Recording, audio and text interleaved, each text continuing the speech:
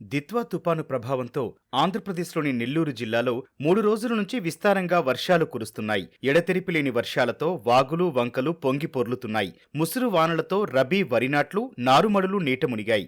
జిల్లాలోని 7 మండలాల్లోని 29 గ్రామాల్లో వరి పంట నీట మునిగింది. వెంకటాచలం, మనుబోలు, బోగోలు, బుచ్చిరెడ్డిపాలెం, కొడవలూరు, కావలి, కోవూరు, అల్లూరు మండలాల్లోని పంటలు దెబ్బతిన్నాయి. వ్యవసాయ శాఖ ప్రాథమిక అంచనాల ప్రకారం వరి పంట 3000 ఎకరాలు, వరి నార్లు 100 ఎకరాల వరకు నష్టం జరిగినట్లు గుర్తించారు. విడవకుండా కురుస్తోన్న వర్షాలతో కూరగాయలు, అరటి, మిరప పంటలు దెబ్బతినే అవకాశముందని ఉద్యాన అధికారులు చెబుతున్నారు. నెల్లూరు జిల్లాలో దిత్వా తుపాను ప్రభావం, పంట నష్టం వివరాలను మా ప్రతినిధి రాజారావు వివరిస్తున్నారు. తుఫాను ప్రభావంతో నెల్లూరు జిల్లాలో కురుస్తున్న భారీ వర్షాలతో పంటలకు కూడా నష్టం జరిగింది. ప్రధానంగా ఇప్పుడు రబీ సీజన్లో నాట్లు, నారుమళ్ళు వేసే సీజన్ కావడంతో నెల్లూరు రూరల్, సర్వేపల్లి, మనుబోలు ఈ ప్రాంతాలలో ప్రధానంగా దాదాపు 3000 ఎకరాలలో వరి నాట్లు, నారుమళ్ళు దెబ్బతిన్నాయి. నెల రోజుల ముందుగానే నాట్లు వేయడం అనేది జరిగింది. ఈ ముందుగా వేసిన నాట్లు దెబ్బతినడంతో ఈసారి కొంత నష్టపోయిన పరిస్థితి అనేది ఏర్పడింది.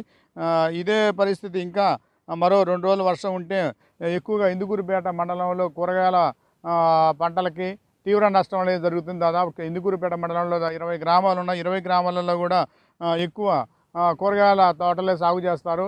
అక్కడ ఉండే రైతులకి ఉపాధి కూడా కూరగాయల తోటలు కావడంతో దాదాపు ఇప్పటికీ నీళ్లు నిలిచిపోయినాయి. కూరగాయల తోటలలో అరటి కూడా తోటల్లో కూడా నీరు నిలిచిపోవడంతో వీటికి కూడా ఈసారి నష్టం జరిగే పరిస్థితి అనేది ఉంది. కానీ వర్షం ఈరోజు కూడా కొనసాగుతూనే ఉంది. కొండాపురం మండలం అగ్రహారం వద్ద మిడతవాగు ఉధృతంగా ప్రవహిస్తుంది. కొండాపురం, కావలి రాకపోకలు కూడా ఆ ప్రాంతాల్లో నిలిచిపోయాయి. పొదలూరు మండలం ముదిగేడు గ్రామంలో వాగు పొంగి ప్రవహిస్తుంది. జిల్లాలో ఉన్న చెరువులన్నీ కూడా ఈ 3 తుఫాన్లకి తీవ్రమైన పరిస్థితి, ప్రమాదకరమైన పరిస్థితులు అనేవి ఉన్నాయి.